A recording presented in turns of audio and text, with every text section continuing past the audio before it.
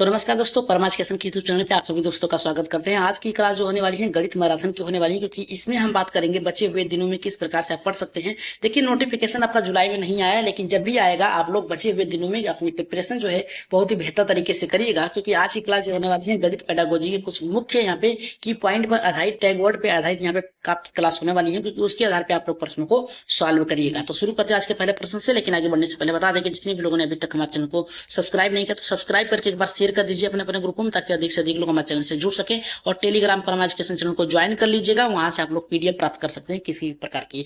आज की क्लास खास हो जाती है, क्योंकि आज की क्लास में हम बात करेंगे मैराथन के उन टैग वर्ड और कीवर्ड के प्रश्नों को, जिसके आधार पर आप लोग समय के बचत कर सकते हैं सीटेट में और आसानी से प्रश्नों को सॉल्व कर सकते हैं। तो शुरू करते हैं आज के पहले प्रश्न से। तो पहला प्रश्न हमारा कह रहा है गणित शिक्षण का मुख्य उद्देश्य क्या होता है। यानी गणित शिक्षण है जो उसका मुख्य उद्देश्य क्या है। केवल शब्द दिया है तो याद रखिएगा, केवल शब्द अगर दिया है आपका तो ये आपका निगेटिव है, इसे आप लोग तुरंत काटिएगा। दूसरा कह रहा है कि गणितीय तर्क, समस्या समाधान और कौशल विकसित करना, एकदम राइट आंसर होगा, पॉजिटिव है आपका। ये देखते हैं आपके नेक्स्ट प्रश्न। केवल शब्द दिया है, केवल परीक्षा याद कराने की बात कर रहा है, जो कि आपका निगेटिव है, काट दीजिएगा आप लोग। और यहाँ पे देखिए हमारा चौथा करा है गणितीय सूत्रों को रटवाना। रटवाना भी आपका क्या है, निगेटिव वर्ड है, याद रखिएगा। कीवर्ड के आधार पे आपका केवल शब्द और यहाँ पे रटाना और याद करना, ये आपके क्या है, नेगेटिव वर्ड है, इसे तुरंत काटिएगा। राइट आंसर आपका पॉजिटिव पूछा है तो पॉजिटिव ही उत्तर दीजिएगा, नेगेटिव काट के। इसका देखिए आंसर आपका दूसरा होगा, राइट आंसर आएगा आपके दूसरे के साथ। अगर हम इसकी व्याख्या की बात करें तो व्याख्या में बताया गया है आपका कि गणित का मुख्य उद्देश्य केवल यहाँ पे करा है गिनती या संख्याओं को ज्ञान देना नहीं, बल्कि छात्रों में तार्किक सोच, समस्या समाधान और यहाँ पे विश्लेषणात्मक चिंता को विकसित करना होता है। तो आगे बढ़ते हैं यहाँ पे नेक्स्ट प्रश्न, जो कि आपका दूसरा प्रश्न है। दूसरा प्रश्न करा है बच्चों में गणितीय चिंतन और तर्क शक्ति विकसित करने के लिए शिक्षक को क्या करना चाहिए। पहला करा है कि केवल पाठ्य पुस्तक पर निर्भर होना। देखिए केवल शब्द दिया है, निगेटिव वर्ड है, काट दीजिएगा। दूसरा करा बच्चों को उत्तर स्वयं देना चाहिए। देखिए प्रश्नों का उत्तर जो है स्वयं देना चाहिए, तो इसका जो राइट आंसर जाएगा आपका ये भी नहीं होगा, क्योंकि यहाँ पे शिक्षक जो है छात्र से पूछ रहा है तो छात्र को बताना चाहिए। और चौथा हमारा तीसरा करा है गतिविधि आधारित शिक्षण को बढ़ावा देना चाहिए, यानी करके यहाँ पे सीखने पर बल देना चाहिए, सीखने से होना चाहिए। तो राइट आंसर यहाँ पे देखिए पहला दूसरा गलत होगा, तीसरा चौथा भी गलत होगा। राइट आंसर ऑप्शन नंबर यहाँ पे तीसरा सही होगा।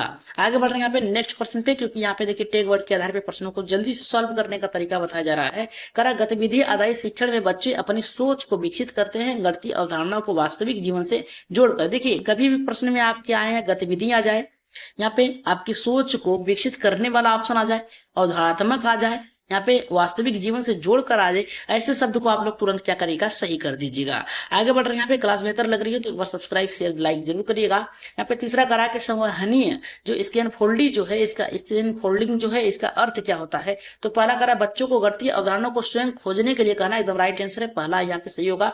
दूसरा करा कठिन प्रश्न पूछना, कठिन पूछेंगे तो बालक ऊब जाएगा और भाग जाएगा क्लास से। और यहाँ पे तीसरा करा बच्चों को आवश्यकता अनुसार उन्हें सहायता प्रदान करनी चाहिए। तो देखिए यहाँ पे क्या करा है, तीसरा यहाँ पे करा बच्चों को पहले में करा बच्चों को गणितीय अवधारणा को स्वयं खोजने के लिए कह रहा है, और यहाँ पे करा इसके यहाँ पे इसके फोल्डिंग की बात किया है, तो बच्चों को अवधारणा के अनुसार सहायता प्रदान करनी चाहिए, क्या गलतियां हैं, क्या कर रहा है, उसके आधार पर उसे उपचार देना चाहिए। यहाँ पे केवल शब्द दिया है, चौथा निगेटिव है, काट दीजिएगा। ऑप्शन नंबर यहाँ पे तीसरा आपका सही होगा। अगर हम व्याख्या की बात करें तो व्याख्या में बताया गया संवहनीयता का अर्थ होता है शिक्षक छात्रों को की सीखने में मदद करे और धीरे धीरे सहायता कम करते जाए, ताकि वो स्वयं से सीखते चले जाए। यानी इसके फोल्डिंग का मतलब ही होता है सहारा देना, इतना याद रखिएगा आप लोग। यहाँ पे करा है कि चौथा प्रश्न करा है कि गणित शिक्षण में समस्या समाधान विधि का उपयोग क्यों किया जाता है। समस्या समाधान की बात कर रहा है, तो बच्चों को गणित में डराने के लिए नहीं, निगेटिव वर्ड है, काट दीजिएगा। दूसरा करा बच्चों को केवल, देखिए शब्द दिया है, निगेटिव वर्ड है, सूत्र याद कराने के लिए, सिखाने के लिए, ये भी निगेटिव है, इसे भी काट दीजिएगा। तीसरा करा बच्चों को तार्किक सोच और गणितीय कौशल विकसित करने के लिए, ऑप्शन नंबर यहाँ पे तीसरा एकदम सही होगा। चौथा करा कि परीक्षा में अच्छे अंक के लिए नहीं होना चाहिए, बच्चों को यहाँ पे सीखने के लिए, प्रेरित करने के लिए होना चाहिए, तो ऑप्शन नंबर यहाँ पे तीसरा सही होगा। आगे बढ़ रहे हैं यहाँ पे इसकी व्याख्या क्या है। व्याख्या में देखिए करा कि यह विधि बच्चों को गणितीय सोच विकसित करने और समस्या को हल करने में क्षमता प्रदान करती है, एकदम सही है। आज की क्लास का पांचवा प्रश्न है, कह रहा है कि गणित शिक्षण में खेलों और गतिविधियों की भूमिका क्या होनी चाहिए। याद रखिएगा जब भी आपको यहाँ पे खेल और गतिविधि से संबंधित हो तो रुचि खोजिएगा, और साथ में गतिविधि आधारित होनी चाहिए। अगर गतिविधि आधारित ही ऑप्शन में मिल जाए तो एकदम सही होगा आपका 100%। पहला करा वे सीखने की प्रक्रिया को रुचिकर और प्रभावी बना सके, एकदम सही है।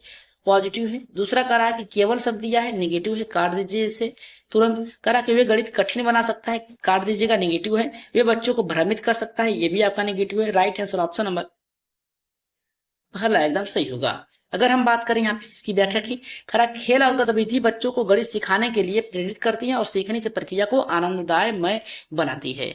बढ़ते हैं अपने अगले प्रश्न पे, जो कि छठा प्रश्न है। ये करा प्रारंभिक कक्षाओं में गणित अवधारणा को समझाने के लिए सबसे प्रभावी तरीका क्या होता है? पहला करा है अमूर्त चिंतन। देखिए प्राथमिक स्तर की बात क्या है, 1 से 5 तक की, तो बालक अमूर्त वस्तुओं को सोच नहीं सकता है, उदाहरण नहीं दे सकता है, इस आधार पर ये गलत है। दूसरा करा है केवल कक्षा में लेक्चर देना। देखिए केवल शब्द आपका गलत है, ये पीजी की क्लास नहीं है, पोस्ट ग्रेजुएट की नहीं है, ताकि आपके लेक्चर देंगे बालक सुन लेगा। तो ये प्राथमिक की है, 1 से लेकर 5 तक की, इसमें बालक लेक्चर नहीं समझ पाएगा। केवल शब्द दिया है, काट दीजिएगा, नेगेटिव शब्द है। तीसरा करा ठोस वस्तुओं और चित्रों का उपयोग कर। ठोस वस्तु का है उसके आसपास की वस्तुओं से जोड़कर पढ़ाने वाले। और यहाँ पे चौथा है, देखिए हमारा यहाँ पे क्या करा है कि गणितीय अवधारणा रटवाने की बात करा, जो कि नेगेटिव है, काट दीजिएगा। राइट आंसर ऑप्शन नंबर यहाँ पे तीसरा सही होगा। अगर हम बात करें यहाँ पे इसकी व्याख्या की, व्याख्या में बताया गया है कि छोटे बच्चों को अमूर्त अवधारणा ठोस वस्तुओं की चित्रों की मदद समझाने में मदद मिलती है। आगे बढ़ते हैं यहाँ पे नेक्स्ट प्रश्न में, जो कि यहाँ पे आपका 7वां प्रश्न है। ये कह रहा है कि संख्या बोध न्यूक्लियर सेंस जो होती है, नंबर सेंस जो होती है, सॉरी यहाँ पे नंबर सेंस जो होती है, यानी समझने की जो संख्या बोध होती है, उसका अर्थ क्या होता है? पहला कह रहा संख्याओं की पहचान और उसके बीच के संबंधों को समझना, एकदम सही है। राइट आंसर जाएगा आपका पहले के साथ ही जाएगा। दूसरा करा केवल शब्द दिया है, नेगेटिव काट दीजिएगा। केवल शब्द गणितीय सूत्रों को याद कराने की बात करा, ये भी नेगेटिव काट दीजिए। संख्याओं को लिखने की कला, लिखने की कला नहीं, यहाँ पे संख्या बोध दिया है, यानी नंबर सेंस। अगर संख्या बोध दिया है, आपको हिंदी में नहीं आ रहा तो अंग्रेजी में देख लीजिए, नंबर सेंस दिया है। नंबर सेंस, सेंस का मतलब होता है सोचना। तो आप देखिए ऑप्शन किस ऑप्शन में सोचना दिया है, यहाँ पे देखिए संख्याओं को पहचानना, उसके संबंध को पहचानना, पहचान लेगा तो इसका मतलब सेंस है। तो राइट आंसर ऑप्शन नंबर यहाँ पे पहला से। अगर हम बात करें यहाँ पे इसकी व्याख्या की, तो इसमें बता रहा है कि संख्या बोध बच्चों की संख्याओं की पहचान और उसकी मात्रा समझने में उसके बीच के संबंधों को मदद करती है। अगर हम बात करें 8वें प्रश्न की, जो कि आज की क्लास का बहुत ही मोस्ट प्रश्न है, कह रहा है कि निम्नलिखित में से कौन सी शिक्षण विधि गणितीय शिक्षण के लिए सबसे प्रभावी मानी जाती है? व्याख्यान विधि गलत है। व्याख्यान विधि आपके 6 से लेकर 8 तक के कक्षा में चलेंगी, जबकि आपके सॉल्व कर रहे हैं 1 से लेकर 5 तक के। करा गतिविधि आधारित, एकदम सही है, एकदम सही है। राइट आंसर ऑप्शन नंबर दूसरा सही होगा। मौखिक गणना करना नहीं होगा, कक्षा में केवल शब्द नहीं होगा। राइट आंसर ऑप्शन नंबर यहाँ पे दूसरा करेक्ट होगा। आगे बढ़ते हैं यहाँ पे नेक्स्ट क्वेश्चन पे, लेकिन उससे पहले व्याख्या है। कह रहा है कि यह विधि बच्चों के व्यवहारिक अनुभव देकर उदाहरण को बेहतर तरीके से समझने में मदद करती है। और यहाँ पे 9वां जो प्रश्न आएगा, इसका आंसर आप लोग कमेंट बॉक्स में दीजिएगा। कह रहा है कि बालकों में गणितीय संकल्पनाओं का निर्माण किस प्रकार से किया जाना चाहिए? पहला कह रहा है केवल शब्द, दूसरा कह रहा है गणितीय खेलों और गतिविधियों के माध्यम से, तीसरा करा कि केवल रटवाने के लिए, चौथा करा कि डर पैदा करने के लिए। अब आप यहाँ पे कीवर्ड और टैगवर्ड का प्रयोग करके इसका आंसर दीजिएगा, और कहाँ देंगे इसका आंसर कमेंट बॉक्स में दीजिएगा और बताइएगा कि आज की क्लास कैसी लगी और इसका आंसर क्या होगा। अगर हम बात करें यहाँ पे 10वें प्रश्न की, तो 10वां प्रश्न करा है गणितीय कौशल विकसित करने के लिए कौन सा तत्व आवश्यक होता है? गणितीय सूत्र रटवाना आपका एक नेगेटिव वर्ड है। समस्या समाधान, तार्किक चिंतन, एकदम सही है। केवल परीक्षा में उत्तीर्ण कराना, ये भी गलत है। मौखिक जो होगा याद रखेगा उच्च कक्षाओं के लिए होगा, 6 से लेकर 8 तक की। तो राइट आंसर आपका समस्या समाधान एवं तार्किक चिंतन होगा।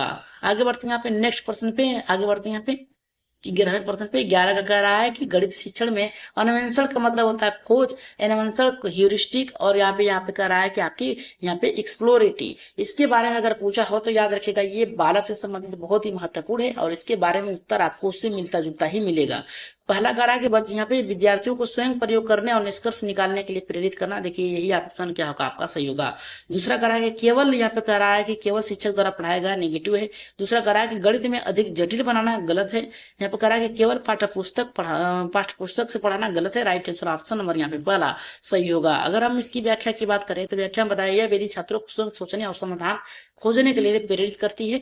अगर हम बात करें 12वें प्रश्न की, तो ये कह रहा है कि गणित में बच्चों की यहाँ पे शंकाओं को दूर करने के लिए शिक्षक को क्या करना चाहिए? पहला करा बच्चों को स्वयं हल निकालने के लिए देना चाहिए। देखिए स्वयं से हल निकालने के लिए नहीं, यहाँ पे देखिए क्या कहा है कि गणित में बच्चों की शंकाओं को दूर करने की बात कर रहा है। शंकाओं को दूर कर रही है, दूर किसी दूसरे के माध्यम से होगा। ये आप विद्यालय में बैठे तो शिक्षक के माध्यम से होगा, खुद से तो करेगा नहीं। शंका को दूर करना है तो स्वयं से हल करेगा, ये तो गलत है। बच्चों को शंकाओं पूछने से रोकना, ये भी गलत है। ठोस वस्तुएं और व्यवहारिक उदाहरण का उपयोग करके सिखाना, एकदम सही है। टाटना आपका नेगेटिव है। ऑप्शन नंबर यहाँ पे तीसरा सही होगा। अगर हम बात करें यहाँ पे इसकी जो 13वें प्रश्न है इसके बारे में बात करें तो ये करा गणित की पढ़ाई को रोचक बनाने के लिए शिक्षक को क्या कर सकता है। पहला करा यहाँ पे कठोर अनुशासन लागू करना। कठोर लगाएंगे तो बालक भाग जाएगा क्लास से और दोबारा आपके विद्यालय में नहीं आएगा। दूसरा करा कि केवल पाठ्य पुस्तक पर का प्रयोग करके, ये भी आपका गलत है। खेल पहेलियों और गतिविधियों का जितना ज्यादा आप प्रयोग करेंगे प्राथमिक स्तर पे यानी 1 से लेकर 5 तक के बालक जो होंगे उतने ही मनोरंजन की तरह से रुचि लेकर उस क्रियाओं को करेंगे। खेल में अधिक गृह देना यह गलत है। राइट आंसर ऑप्शन नंबर यहाँ पे तीसरा सही है। आगे बढ़ते हैं इसकी व्याख्या में। व्याख्या में कहा कि खेल और गतिविधियां गणित रोचक रुचिकर बनाते हैं और बच्चे अधिक सीखते हैं इससे। देखिए यहाँ पे कह रहा है 14वां प्रश्न, प्राथमिक स्तर पर गुणा और भाग की अवधारणा को समझाने के लिए कौन सी विधि सबसे प्रभावी होगी। पहला कह रहा है गणितीय परिभाषा रटवाना। रटवाना आपका एक निगेटिव वर्ड है, गलत है। चित्रों और ठोस वस्तुओं का उपयोग कराना। और यहाँ पे कह रहा है कठिन प्रश्न पूछना, जो कि आपका निगेटिव वर्ड है। केवल मौखिक प्रश्न पूछना, ये भी गलत है। ऑप्शन नंबर यहाँ पे दूसरा एकदम सही होगा। जितने भी लोगों का दूसरा एकदम सही है। अगर हम बात करें इसकी व्याख्या की तो कह रहा है कि छोटे बच्चों को गुणा भाग अवधारणा ठोस वस्तु को चित्रों के माध्यम से समझाना अधिक प्रभावी होता है।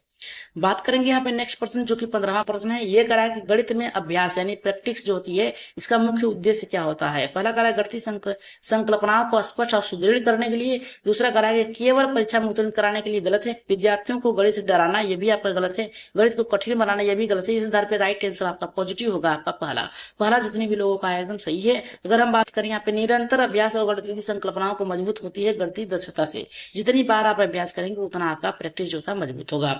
अगर आज की क्लास का 16वां प्रश्न की बात करें तो करा है गणितीय संकल्पनाओं को समझने के लिए बच्चों को किस प्रकार की गतिविधियां देनी चाहिए। पहला करा कि केवल मौखिक, देखिए केवल मौखिक आपका गलत होगा। खेल पहली और व्यवहार गतिविधियां होनी चाहिए।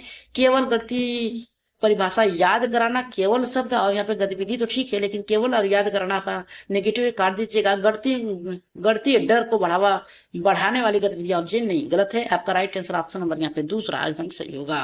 अगर हम बात करें इसकी व्याख्या की तो व्याख्या में बताया गया है कि यह गतिविधि गणितीय अवधारणाओं को अधिक स्पष्ट और रुचिकर बनाती है। आगे बढ़ते हैं यहाँ पे 17वें प्रश्न पे। 17 का देखिए क्या करा है कि बच्चों को गणितीय त्रुटियों से बचाने के लिए शिक्षक को क्या करना चाहिए। पहला करा उसकी गलतियों को पहचान कर सुधार में मदद करना चाहिए। दूसरा करा गणितीय यहाँ पे गलतियों के लिए दंड देना चाहिए। नेगेटिव है, आप मार नहीं सकते हैं। एनसीएफ 2005 के अनुसार आप बालकों को दंड नहीं दे सकते हैं। करा कि केवल सही उत्तर देने का यह देखिए केवल शब्द या गणितीय समस्याओं को कठिन बना देना, कठिन नहीं। आपका राइट आंसर ऑप्शन नंबर पहला एकदम सही होगा। अगर इसकी व्याख्या की बात करें तो व्याख्या में बताया गया है आपकी शिक्षक को बच्चों की गलतियों को सुधारने और सही समाधान खोजने के लिए प्रेरित करना चाहिए, एकदम सही। आज क्लास का 18वां प्रश्न है। करा कि गणित में मॉडलिंग जो होता है इसका अर्थ क्या होता है। यहाँ पे गणितीय संकल्पनाओं को ठोस और दृश्य रूप में प्रस्तुत करना। केवल दिया है शब्द काट दीजिएगा, कठिन दिया है गणितीय काट दीजिएगा। समस्याओं को रटवाने की बात करा है, गलत है। ऑप्शन नंबर पहला सही होगा। अगर इसकी व्याख्या की बात करें तो मॉडलिंग का अर्थ होता है अवधारणाओं को चित्र और वस्तुओं द्वारा दृश्य साधनों में प्रस्तुत करना। अगर 19वें प्रश्न की बात करें तो ये करा कि गणितीय शिक्षण में मनोवैज्ञानिक सिद्धांतों का महत्व क्यों है। करा बच्चों को सिखाने में दक्षता और क्षमता बेहतर बनाने के लिए। करा कि केवल शब्द दिया है काटिएगा, कठिन बनाने के लिए काटिएगा, परीक्षा में अधिक अंक लाने के लिए काटिएगा। ऑप्शन नंबर पहला एकदम सही होगा। देखिए प्रश्नों को सॉल्व करने का तरीका जान लीजिए आप लोग। मनोवैज्ञानिक सिद्धांत में बच्चों को सिखाने की प्रक्रिया बेहतर किस प्रकार से बनाई जा सकती है, इसके लिए बताया गया है। अगर हम बात करें ऐसी क्लास का यहाँ पे 20वां प्रश्न करा बच्चों को यहाँ पे पढ़ाई में रुचि बनाने के लिए शिक्षक को किस प्रकार के दृष्टिकोण को अपनाना चाहिए। गणित को जीवन से जोड़कर, एकदम सही है। केवल कठोर शब्द निगेटिव वर्ड काट दीजिएगा। केवल शब्द दिया है यहाँ पे गणितीय रटवाना परिभाषा, गलत है। यहाँ पे चौथा करा है कि डर पैदा करना, यह भी गलत है। राइट आंसर ऑप्शन नंबर पहला सही होगा। अगर हम व्याख्या की बात करें तो व्याख्या में बताया गया गणित को वास्तविक जीवन से जोड़ने और बच्चों से उससे अधिक रुचि लेने के लिए यहाँ पे समझाना चाहिए। तो वही थे आपके 20 प्रश्न आज के। और बताइएगा कि आज की क्लास में आप लोगों ने टैग वर्ड का प्रयोग करके किस प्रकार से सीखा और कितनी अच्छे तरीके से सीखा, इसका आप लोग उत्तर दीजिएगा। कमेंट बॉक्स में बताइएगा कि आज की क्लास कैसी लगी। और जाते जाते आप लोग टेलीग्राम चैनल को ज्वाइन कर लीजिएगा, वहां से आप लोग पीडीएफ प्राप्त कर सकते हैं क्लास के बाद। और आज के लिए इतना ही, धन्यवाद। जाते जाते आप लोग शेयर, सब्सक्राइब, लाइक जरूर करिएगा।